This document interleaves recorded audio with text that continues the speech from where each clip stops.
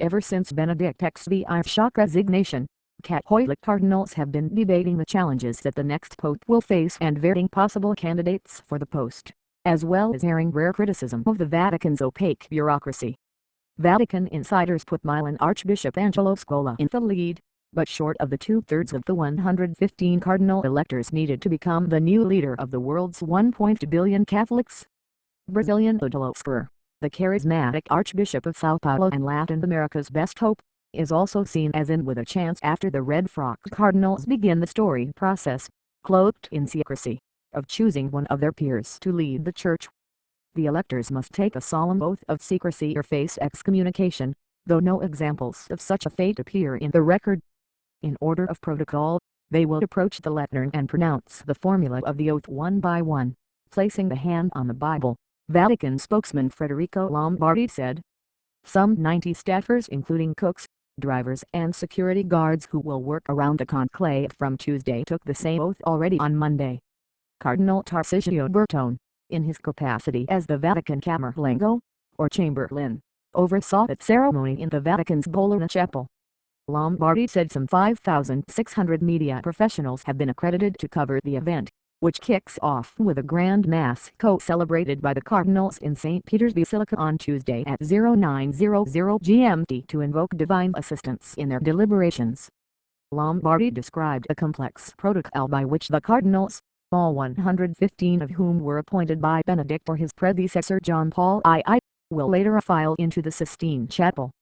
Then with the words extra omnes everyone out the chapel's great wooden doors will swing shut and the cardinal electors will be left to their task. The last non-cardinal to leave the chapel will be the prefect of the papal household, George N. Swain, who is also Benedict XVI's personal secretary. Lombardi said the first round of voting Tuesday was unlikely to produce a new pope, and told journalists to expect black smoke to emerge from the chimney near the Sistine Chapel at around 8 p.m. 1900 GMT. In a tradition going back centuries, the cardinals informed the world of a successful election by sending up white smoke, followed soon after by the famous phrase, "Had the mood papam we have a pope." Meanwhile all is ready in the Sistine Chapel, which will be swept daily for listening devices to keep would-be spies at bay. Communications around the chapel and the cardinals' nearby lodging will be jammed. The cardinals are looking for a pope strong enough to grapple with the challenges assailing the Catholic Church that proved too much for 85-year-old Benedict. His resignation, the first for 700 years, has focused attention on the need to find a leader with the energy to shape the Church's approach to growing secularism in the West and the Islamic radicalism spreading to many parts of the globe.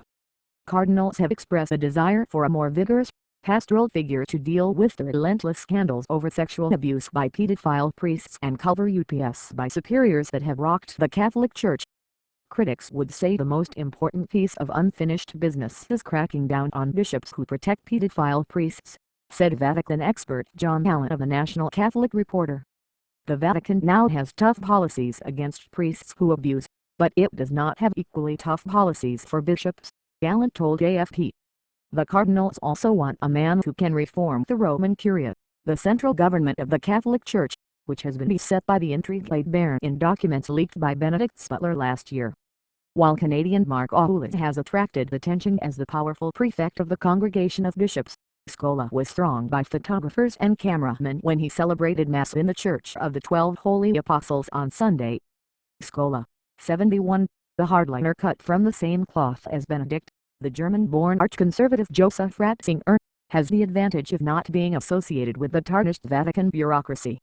The conclave, named after the Latin phrase meaning with key, comes 8 centuries after the first lock-in, when cardinals who had dithered over their choice for nearly 3 years were given just bread and water until they finally made up their minds.